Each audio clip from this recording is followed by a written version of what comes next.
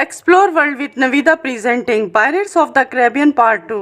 ये कहानी पार्ट 1 के आगे की कहानी है, जहाँ पर दिखाया जाता है कि विल और एलिजाबेथ की शादी के दिन वहाँ पर ईस्ट इंडिया कंपनी के चेयरमैन, जिसका नाम लॉर्ड कटलर होता है, वो आ जाता है और वो एलिजाबेथ और विल को गिरफ्तार कर लेता है, क्योंकि इन दोनों ने कैप्टन जैक स्पैरो की भागने में मदद की थी। साथ ही कटलर के पास जेम्स को गिरफ्तार करने का भी वारंट होता है, क्योंकि इसने अपने काम को अच्छे से नहीं किया। पर जेम्स अपनी जॉब छोड़कर समंदर में जैक स्पैरो को पकड़ने के लिए पहले ही निकल चुका होता है और अब विल और एलिजाबेथ को इनके गुनाहों के लिए सजाए मौत होगी। पर अगले दिन कटलर विल को बुलाता है और वो उससे एक सौदा करता है। वो कहता है कि जैक स्पैरो के पास एक कंपास है जो हमेशा वो अपने पास रखता है, वो कंपास मुझे चाहिए। इस कंपास को तुम ले आओ, बदले में मैं तुम्हारी और एलिजाबेथ की सजा को माफ करवा दूं। विल एलिजाबेथ को अलविदा कहकर यहाँ से निकल जाता है। वहीं जैक स्पैरो को दिखाया जाता है जो एक अनजान आयरलैंड से अपने जहाज ब्लैक पर्ल पर एक कपड़े का टुकड़ा लाया होता है और इस पर एक चाबी बनी होती है। वो अपने साथियों को कहता है कि इस चाबी से जरूर एक खास संदूक खुलेगा जिसके अंदर कुछ न कुछ बेशकीमती होगा। हमें सबसे पहले इस चाबी को ढूंढना चाहिए। इसकी बातों से साफ पता चल रहा था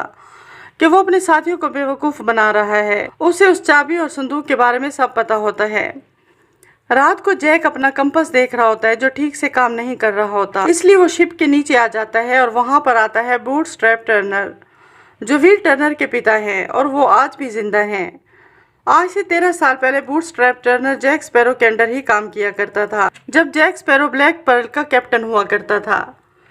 बूटस्ट्रैप कहता है कि हमारा जहाज 13 साल पहले समंदर की गहराइयों में डूब गया था और तब तुमने समंदर के एक मॉन्स्टर जिसका नाम डेवी जोन्स है, तब तुमने उससे एक सौदा किया था कि वो अगर हमारा जहाज पानी के ऊपर ले आया तो 13 साल तक तुम ब्लैक पर्ल जहाज के कैप्टन रहोगे और उसके बाद तुम उसके जहाज के लिए काम करोगे। और अब 13 साल बीत चुके हैं, तुम्हारा समय खत्म हो गया है। तुमने अगर डेवी जोन्स की गुलामी को स्वीकार नहीं किया तो वो तुम्हारे पीछे समंदर के सबसे बड़े मॉन्स्टर जिसका नाम क्रैगन है इसे भेजेगा और वो तुम्हारे साथ तुम्हारे ब्लैक पर्ल जहाज को भी डुबा देगा। बूटस्ट्रैप ने भी अपनी जिंदगी बचाने के लिए डेवी जोन्स से सौदा किया था और अब वो भी उसका गुलाम है।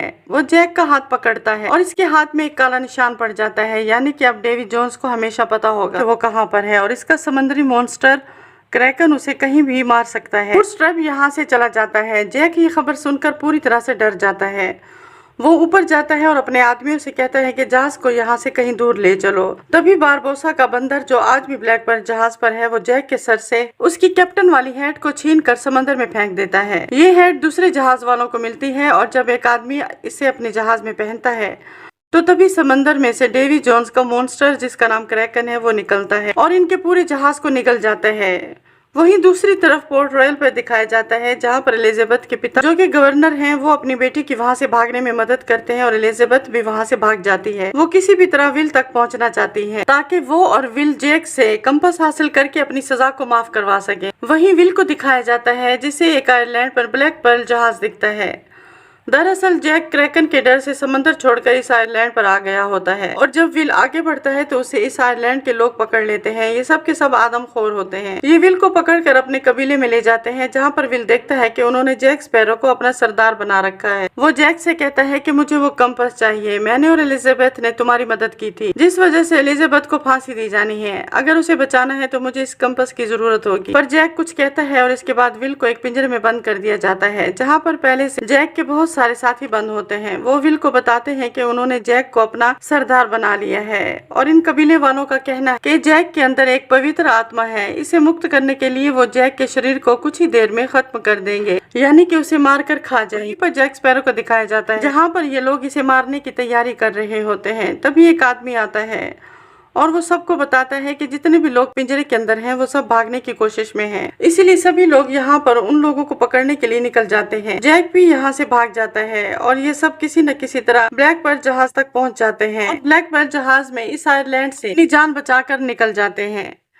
जैक स्पैरो विल को बताता है कि लॉर्ड कटलर को मेरा कंपास नहीं बल्कि एक खास संदूक चाहिए, लेकिन इस संदूक को तलाश करने से पहले हमें उस चाबी को तलाश करना होगा, जिसके लिए हमें टिया डेल्मा के पास जाना होगा। और ये सब के सब उस जगह पहुंच जाते हैं जहां टिया डेल्मा रहती है। ये एक साहिरा होती है। जैक के पास जो कंपास होता है जिससे समंदर का रास्ता पता किया जाता है, वो कंपास टिया डेल्मा ने बनाया था। ये एक खास कंपास होता है। इंसान के दिमाग में जिस चीज की ख्वाहिश या इच्छा होती है वो कंपास इंसान को उसी तरफ का रास्ता बताता है, पर जैक स्पैरो के दिल में शायद इस चाबी को तलाश करने की ज्यादा इच्छा नहीं है, इसलिए वो कंपास वहाँ का रास्ता नहीं बता रहा होता। टिया डेल्मा बताती है कि जिस चाबी की तुम्हें तलाश है वो एक खास संदूक की है। इस संदूक के अंदर डेवी जोन्स का दिल है। डेवी जोन्स समंदर का पहला इंसान है और इस संदूक की चाबी डेवी जोन्स के पास ही होती है। टिया डेल्मा जैक स्पैरो को मिट्टी का एक जार देती है और उसे बताती है कि डेवी जोन्स जमीन पर पैर नहीं रख सकता और जब तक जमीन तुम अपने पास रखोगे तब तक तुम सुरक्षित हो। वो उन्हें डचमैन जहाज का भी पता बताती है जो डेवी जोन्स का है। ये ब्लैक पर्ल जहाज के जरिए उस जहाज तक पहुंच जाते हैं। विल को दूर से ये जहाज टूटा फूटा लगता है। विल कहता है कि मैं इस जहाज में जाऊंगा और चाबी को किसी भी तरह से ढूंढूंगा। जैक कहता है कि अगर तुम पकड़े जाओ तो ये कहना कि जैक ने अपना कर्जा उतारने के लिए तुम्हें भेजा है। और अगले ही पल में असली डचमैन जहाज समंदर के नीचे से ऊपर आता है जिसमें अजीब अजीब से क्रीचर्स होते हैं। ये लोग विल को पकड़ लेते हैं और अब विल के सामने डेवी जोन्स आता है जो कि इंसान नहीं बल्कि एक अजीब सा एक क्रीचर है जो इंसानों की तरह बात कर सकता है। विल उसे कहता है कि मुझे जैक ने अपना कर्जा उतारने के लिए भेजा है। डेवी जोन्स अपनी दूरबीन से ब्लैक पर्ल जहाज की तरफ देखता है। वो देखता है कि जैक उसी को ही देख रहा होता है और वो अगले पल ब्लैक पर्ल जहाज पर पहुंच जाता है, यानी कि इसके अंदर गैर मामूली शक्तियां होती हैं। डेवी जोन्स जैक स्पैरो से कहता है कि वादे के मुताबिक अब तुम्हें मेरे लिए काम करना होगा। जो वादा तुमने आज से 13 साल पहले किया था, तुम्हारा समय खत्म हो चुका है। जैक स्पैरो कहता है कि मेरी कीमत कहीं ज्यादा है। डेवी जोन्स कहता है कि हाँ, तुम्हारी कीमत बहुत ज्यादा है। तुम्हारी कीमत 100 लोगों के बराबर है। तुम विल को पहले ही मुझे दे चुके हो, 99 और लोग मुझे दे दो और इसके बाद तुम आजाद हो जाओगे। जैक स्पैरो कहता है कि ठीक है, मैं ऐसा करने के लिए तैयार हूँ। इसके बाद डेवी जोन्स उसका हाथ पकड़ता है और उसके हाथ पर जो काला निशान होता है जिससे डेवी जोन्स का क्रैकन उसे कभी भी कहीं भी ढूंढ सकता है, वो मिट जाता है। डेवी जोन्स कहता है कि तुम्हारे पास 3 दिन हैं। 3 दिन के अंदर तुम्हें मुझ 99 और लोगों को पहुंचाना होगा। इसके बाद जैक अपने साथी के साथ एक जजीरे पे जाता है जहां पर वो कोशिश कर रहा होता है वो लोगों को किसी तरह डेवी जोन्स तक ले जाए, पर वो ऐसा नहीं कर पाता। उसे सिर्फ 4 ही लोग मिलते हैं। यहाँ पर कोमोडोर जेम्स भी होता है जो यहाँ सिर्फ और सिर्फ जैक स्पैरो को पकड़ने के लिए आया होता है और वो जब जैक स्पैरो को देखता है तो इस पर गन तान लेता है, पर जैक स्पैरो के लोग उसे बचा लेते हैं। जैक स्पैरो अपने जहाज पर वापस जा रहा होता है, तभी पीछे से एलिजाबेथ आती है जो यहाँ पर भेस बदल कर रह रही होती है। वो जैक से कहती है कि विल तुम्हें ढूंढने आया था, मुझे बताओ कि विल कहाँ पर है। जैक स्पैरो उसे बताता है कि विल डचमैन जहाज पर है जो डेवी जोन्स का है और अगर तुम्हें विल को बचाना है तो तुम्हें वो संदूक तलाश करना होगा जिसके अंदर डेवी जोन्स का दिल है। तभी जैक का माइंड चलता है और वो अपने उस कंपास को निकालता है जिस कंपास से इंसान उस जगह का सही रास्ता बता सकता है जो जगह या चीज उसे सबसे ज्यादा अजीज है।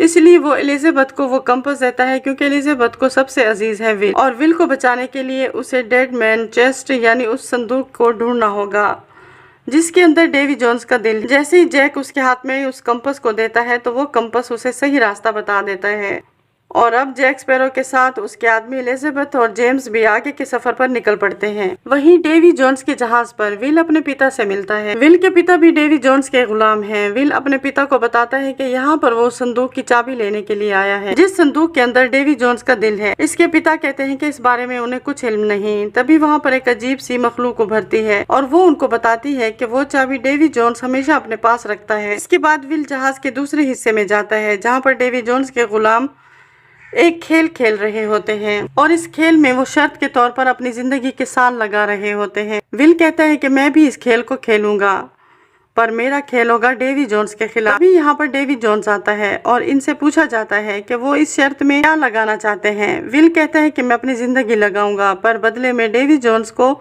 उस चाबी को लगाना होगा जिसकी मुझे तलाश है। डेवी जोन्स ये सुनकर कुछ देर सोच में पड़ जाता है और अगले ही पल वो अपनी गर्दन से उस चाबी को निकालता है और अब इन दोनों के दरमियान खेल शुरू हो जाता है। तभी यहाँ पर विल के डैड बूटस्ट्रैप भी आ जाते हैं। वो भी इस खेल में शामिल हो जाते हैं पर जब वो देखते हैं कि उनका बेटा विल हारने वाला है तो वो अपने पासों के बारे में झूठ बोलते हैं। पर डेवी जोन्स समझ जाता है कि विल के डैड बूटस्ट्रैप ने झूठ कहा है, इसलिए वो उनके पास से खोलकर देख लेता है और उन्हें सजा देता है कि अब तुम ताउम्र इसी जहाज को गुलामी करोगे, तुम्हें कभी आजादी नहीं मिलेगी। इसके बाद डेवी जोन्स वहां से चला जाता है पर अब विल को पता होता है कि वो चाबी कहाँ है जिसकी तलाश में वो यहाँ तक आया है। रात को विल के डैड कहते हैं कि तुम्हें पता है कि वो चाबी कहाँ है। मैं बाकी लोगों का ध्यान भटकाता हूँ और तुम डेवी जोन्स के पास जाओ, वो इस वक्त सो रहा होगा और इस चाबी को हासिल कर। विल ऐसे ही करता है। वो डेवी जोन्स के पास जाता है और वहाँ से चाबी लेकर निकल जाता है। सुबह डेवी जोन्स देखता है कि उसके गले में चाबी नहीं है, बल्कि वो कपड़ा है जिस चाबी का प्रिंट बना हुआ है। वो अपने लोगों को कहता है कि हमें उस जजीरे पर जाना होगा जहाँ पर वो बक्सा है जिसके अंदर मेरा दिल है। डेवी जोन्स के जहाज डचमैन उस तरफ बढ़ जाता है। वहीं आइसलैंड पर हमें दिखाया जाता है कि वहाँ पर जैक और एलिजाबेथ पहुँच चुके होते हैं और वो जमीन खोद कर उस बक्से को निकाल लेते हैं जिसके अंदर डेवी जोन्स का दिल है। विल और जेम्स भी इस जजीरे पर पहुँच जाते हैं। इसके बाद जैक स्पैरो, जेम्स और विल के बीच में उस बॉक्स के लिए बहस शुरू हो जाती है। ये तीनों उस बॉक्स को हासिल करना चाहते हैं। जेम्स इसे हासिल करना चाहता है कि वो इसे लॉर्ड कटलर को दे ताकि उसे उसकी नौकरी, उसकी पुरानी वाली जिंदगी उसे वापस मिल जाए। विल इसे हासिल करना चाहता है ताकि वो अपने पिता को डेवी जोन्स की गुलामी से आजादी दिलवा सके, और जैक स्पैरो को ये दिल इसलिए चाहिए होता है कि वो इसे डेवी जोन्स को दे और हमेशा के लिए समंदर में वो आजाद इंसान की तरह सफर करता रहे। इन तीनों के दरमियान लड़ाई और तलवारबाजी शुरू हो जाती है। ये लड़ते लड़ते एक चर्च में चले जाते हैं जहाँ पर चर्च की घंटी बजना शुरू हो जाती है। घंटी की आवाज से डेवी जोन्स के गुलाम यहाँ तक पहुँच जाते हैं। एलिजाबेथ और इसके साथी जब उन्हें देखते हैं तो वो बक्सा लेकर वहाँ से भागना शुरू कर देते हैं। मगर कुछ ही देर बाद वो बक्सा दरख्त से टकराता है और गिर जाता है और डेवी जोन्स का एक आदमी उसे उठाकर भागने लगता है, पर जैक स्पैरो उसे देख लेता है और वो उस पर नारियल से निशाना लगाता है जो बिल्कुल सही लगता है। इसके बाद जैक स्पैरो इस संदूक को लेकर भाग जाता है और उसके अंदर से डेवी जोन्स के दिल को निकालकर इसकी कश्ती में जो रेत की बोतल होती है इसके अंदर उस दिल को छुपा लेता है। तभी डेवी जोन्स का गुलाम आता है और उस पर हमला कर देता है। जैक स्पैरो जार को अपनी कश्ती में रखकर उसे लड़ना शुरू कर देता है और तभी यहाँ पर डेवी जोन्स के और भी बहुत सारे गुलाम आ जाते हैं और उन्हें चारों तरफ से घेर लिया जाता है।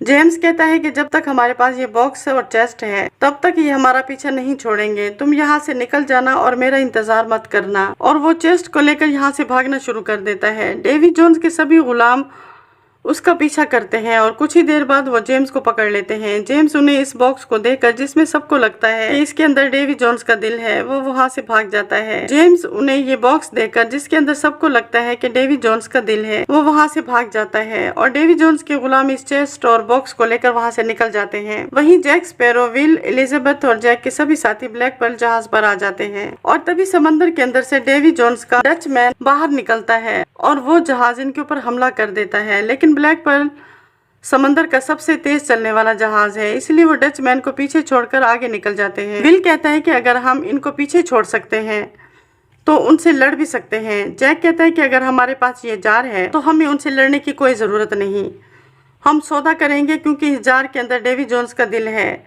और तभी इनके जहाज को एक झटका लगता है और जैक के हाथ से वो जार गिर जाता है और टूट जाता है। जैक स्पैरो देखता है कि इसके अंदर डेवी जोन्स का दिल नहीं है। विल कहता है कि क्रैकन ने हमारे ऊपर हमला किया है, जो समंदर का सबसे बड़ा शैतान है। डेवी जोन्स ने उसे हमें मारने के लिए भेजा है और अब वो समंदर का शैतान क्रैकर इनके जहाज पर हमला कर देता है। जैक एक कश्ती में यहाँ से भाग जाता है और इस जहाज में सबके सब एक जाल के अंदर बहुत सारी शराब और बारूद भर लेते हैं ताकि ब्लास्ट कर सके, लेकिन क्रैकर लगातार उन पर हमला कर रहा होता है। वो ब्लैक पर्ल जहाज को डुबा रहा होता है। जैक स्पैरो ये देखकर वापस जहाज में आ जाता है और वो उस जाल पर गोली चलाता है जिसके अंदर बारूद है। क्रैकन बुरी तरह से जख्मी हो जाता है। इसके बाद जैक स्पैरो सबको जहाज से निकलने के लिए कहता है क्योंकि वो जानता है कि क्रैकन दोबारा हमला करेगा। एलिजाबेथ जैक के पास आती है और उसे कहती है कि वापस आने के लिए शुक्रिया और उसके हाथों को हथकड़ी लगाकर उसे एक जगह बांध देती है क्योंकि एलिजाबेथ जानती है कि जैक के हाथ पर वो काला निशान दोबारा से उभर आया है और क्रैकन सिर्फ उसी की जान लेना चाहता है। ये सब के सब यहाँ से निकल जाते हैं। हालांकि जैक का हाथ भी खुल जाता है, पर तभी वो देखता है कि क्रैकन इसके सामने है। वो क्रैकन से भागता नहीं बल्कि अपनी तलवार निकाल कर इसके मुंह के अंदर चला जाता है। डेवी जोन्स ये सब कुछ दूर से देख रहा होता है और उसके बाद वो बक्सा खुलवाता है, इसके अंदर इसका दिल है। और जब वो खोलता है और देखता है कि वो खाली है तो वो गुस्से और दर्द से कर्रा उठता है। वहीं दूसरी तरफ पोर्ट रॉयल पर हमें जेम्स को दिखाया जाता है जो लॉर्ड कटलर के पास डेवी जोन्स का दिल लेकर जाता है और कहता है कि अब तुम इस पर पूरी तरह से अपना कंट्रोल कर सकते हो, जो तुम चाहोगे डेवी जोन्स वही करेगा। जेम्स को इसके इस काम पर इसका मान सम्मान और इसको इसका ओहदा वापस दिया जाता है। वहीं विल और एलिजाबेथ और उसके साथियों को दिखाया जाता है जो टिया डेल्मा के पास जाते हैं। जैक की मौत से सब के सब बहुत उदास होते हैं और कहते हैं कि काश हम जैक को वापस ला सकते। टिया डेल्मा कहती है कि क्या तुम बहादुर जैक और उसके ब्लैक वर्ल्ड जहाज को लेने के लिए दुनिया के आखिरी कोने तक जा सकते हो? सब हाँ कहते हैं और तभी यहाँ पर बारबोसा नमूदार होता है। बारबोसा अभी भी जिंदा होता है और वो कहता है कि मेरा ब्लैक वर्ल्ड जहाज कहाँ पर है। इसके साथ ही film pirates of the Caribbean dead man chest यहीं पर खत्म हो जाती है। ये फिल्म 2006 में रिलीज हुई थी। IMDb पर इसकी रेटिंग है 7.3। इस फिल्म का बजट था $225 मिलियन और बॉक्स ऑफिस पर इसने कमाई की थी $1.066 बिलियन।